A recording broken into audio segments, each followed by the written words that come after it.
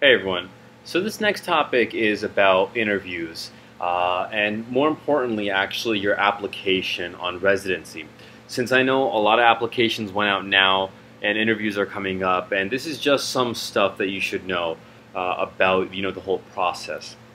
So I've included some topics here that a lot of students always ask me about applications and stuff that I wondered too. And from the information that I'm about to tell you is information that I learned from my own personal experience. So the first thing people ask me, for applications are grades. Do grades really matter when people look at applications? And the answer is yes, definitely.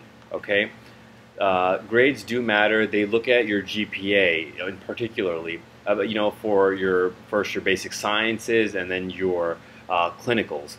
They look at what courses you took, what you got in them. If there's like a C or if you failed something along those lines, they will ask you about it during an interview, most likely. If they find that, you failed, let's say, anatomy once, they'll ask you during the interview, so what happened? It's not necessarily a bad thing that they're bringing up. They just want to know, what happened, what caused you to fail, because they want to know if this applicant is coming to our program, what kind of life circumstances cause them to have problems. So that's the biggest thing. And again, the higher your GPA, the better. And if they see a really high GPA, straight A's, etc., they'll be really impressed with that. The other thing they look at is curriculum. They look at what rotations you did, where you did them. And that's really one of the biggest things is, which hospitals did you move around, did you stay in one place, etc. What classes you took, how heavy was your course load, and different schools, it varies a lot. Now, one of the biggest things that everyone always looks at is your step scores. And people ask me, out of 1 to, and this is CS and CK, then you have 3. Which one of these, out of all of these, is the most important? And to be really honest with you, I would say it's number 1.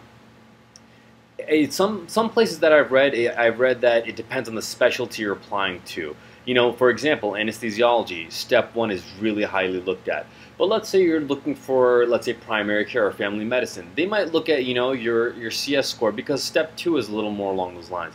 But for the most part, most programs always look at step 1. So that's the reason why you really want to do really well on step 1, because that's the first thing they look at. And to be quite honest with you, it's kind of an application filter. What do I mean by that? What I mean by that is that when your application goes in, they have a certain cutoff. I know some places they have a cutoff of 85%, And if you are 84%, your application will not be looked at all. Or if it's not looked at all, it may be just put off till the back of the application, back of the pile, until they need others. Because you know what? They have more than enough people who are getting a good amount of percentile on their steps. So that's mainly used as a filter. And again, it can be used during your interviews too. They might look at it and ask you, oh, it's like, so I noticed on step 1 you got so and so. Tell me about it. How could you have done better, etc. CS is definitely important. CK is important. Step 3, you do not need to have step 3 done before interviews. Okay, that is something that most people do during their first year of residency. And personally, I did mine in the second year of residency, and it's it can be done later, and it's not absolutely necessary. Now, some people ask me, is taking step 3 better or worse for my application?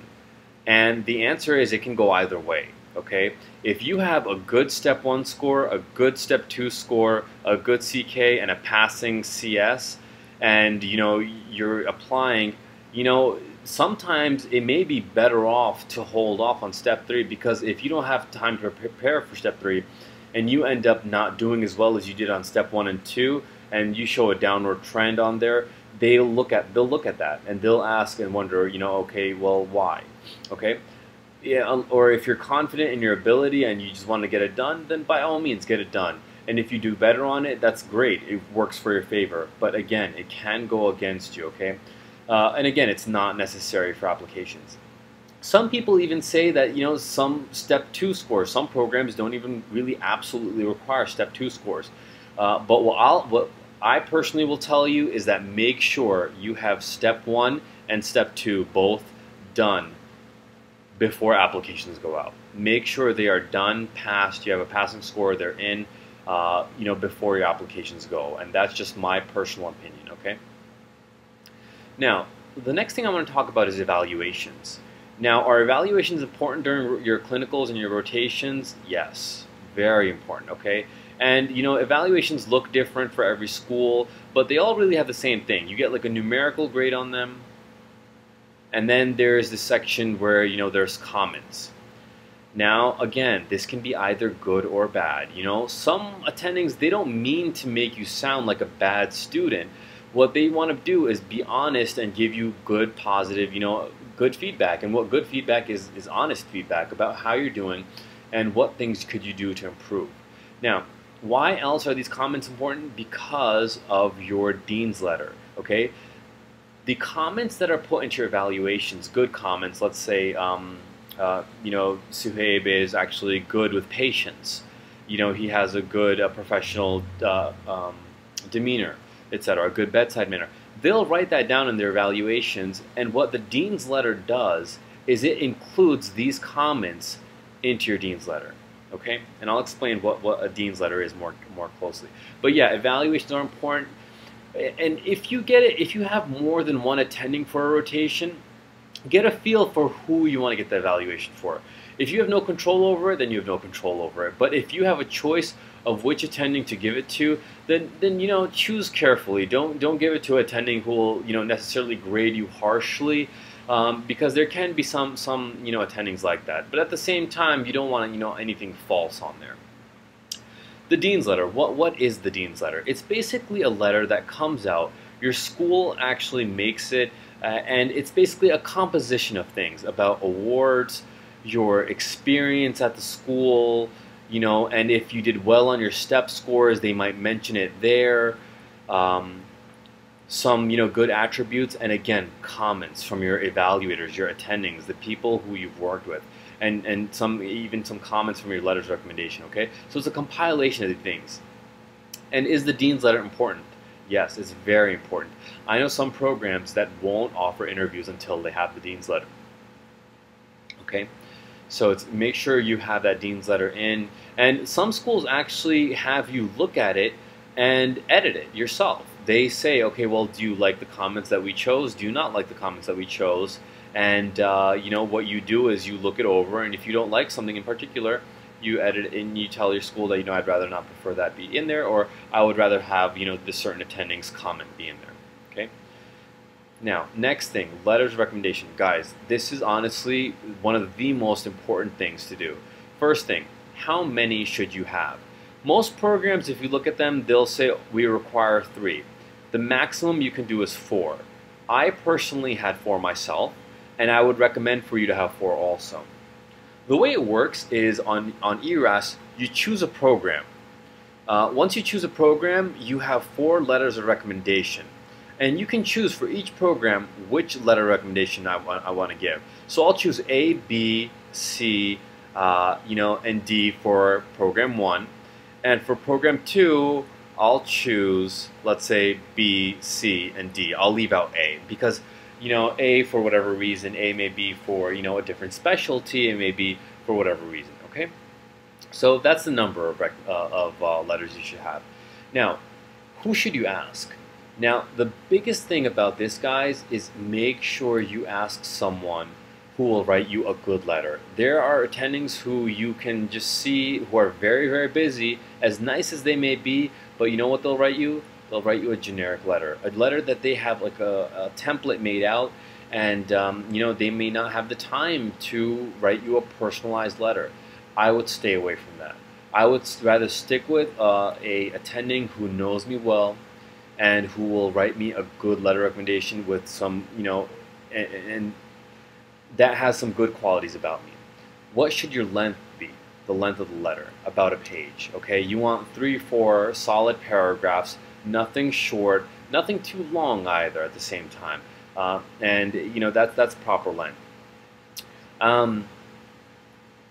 The other thing is when should you ask your attending for your letter of recommendation? Let's say you worked with an attending your first rotation, they loved you, you loved the rotation, etc. and you wait a year and a half and you ask the attending after that for the letter. Do you think the letter would be better if you asked them right after the rotation or a year and a half later? Guys, it's simple. Ask them right after the rotation. Do not wait a year and a half, because what will happen is all of the good things, all of the great things that your attending's thinking about you, they will be lost in that year and a half. You know, those specific, patient encounters with Mr. J or, etc., that they were keeping a mental note to mention in your letter that said that, oh, Suhaib did really well with this patient in particular, for example, etc., etc. That won't be in the letter a year and a half later. Of course, it'll be a good letter, but again, guys, don't wait, okay? That's my advice to you. Don't wait. Ask them right away, right after your rotation. I don't care if you're applying for residency 2 years later.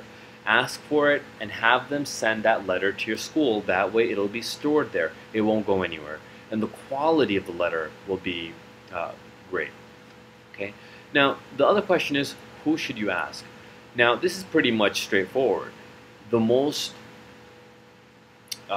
letters that have the most weight to them are obviously from program directors and program chairs, the chairman, okay? And these two, things written down on the bottom of your letter hold a lot of weight, because, if a program director is writing you a letter, that means a lot. Versus if you have an attending that no one's ever heard of, as great as they may be, as great as the letter may be, guys, there's always a benefit to having a program director or a chairman, if you have that opportunity to work with, to write your letter. And again, one other thing, guys, I'm going to tell you is, do not be shy to ask someone for a letter. Fine, if you think an attending doesn't like you, if you get a bad vibe, stay away. But if you feel that you've worked with an attending a good amount and you want to ask them for a letter, go ahead and ask. There's really no harm. You have nothing to lose. Go ahead and ask them and see what they say, okay? And make sure when you ask the person for the letter of recommendation, make sure you say, could you please write me a strong letter of recommendation, and emphasize to them that their letter will help you get to where you want to go. Okay, that's the biggest thing I want to stress to you, is make sure you let them know that the better the letter they write you, the better the chance of you getting to where you want to go. Okay, and that's really what the main thing is. And do what you have to do. Make an envelope addressed to your school. Have your resume, your essay, all these things in that packet, so when that attending wants to write that letter, they will have all these things to refer to for examples. I actually had one attending who called me on a Saturday to discuss, various things. Although I worked with him on a daily basis for a month almost, he still called me on a Saturday just to talk more, get a feel of my hobbies, interests, and we spoke for about an hour before he wrote my letter. And if that's something they want to do, then by all means. If it makes a better letter, then by all means. Okay. The next thing I want to talk about is your essay. Guys, an essay is important, but it's not the make or break thing, okay? I know a lot of people who stress a lot over this essay, and I want to tell you, don't stress over it, okay? Don't stress over it, but at the same time, don't underestimate it, okay? Write, honestly. Write honestly. First thing I want to tell you is whatever your experiences are, whatever it may be, just be honest with whatever the letter is. Include some personal experiences. Writing a great letter, with various things, about, what you believe in, etc. is great. But you know what? Include some personal experiences that you've had throughout your rotations, throughout med school, that really exemplify those qualities that you're talking about, okay? And in your essay, explain to them why you're applying for whatever you're applying. Like, for example, if I'm applying for anesthesiology, I'm going to include in that letter some reasons as to why I like anesthesiology. Why am I applying for it, okay? And there are various numbers of ways that you can explain that, okay? The other thing I wanted to talk about the essay is, I know not a lot of people have the ability to, but if you can get it professionally edited, Okay. Now these are people that you can find anywhere, online, anywhere, who will take your essay and who will edit it. They'll look for grammar mistakes. They'll look for flow. They'll look for, certain things, and they're really good at it. Not someone who will write your letter for you, but someone who will make sure that make sure you have your periods after every sentence. Okay, and it's worth it because they do look at that. They do look at grammar, and if you have a comma somewhere where it shouldn't be, it speaks a lot about yourself. So make sure it's very, very professional.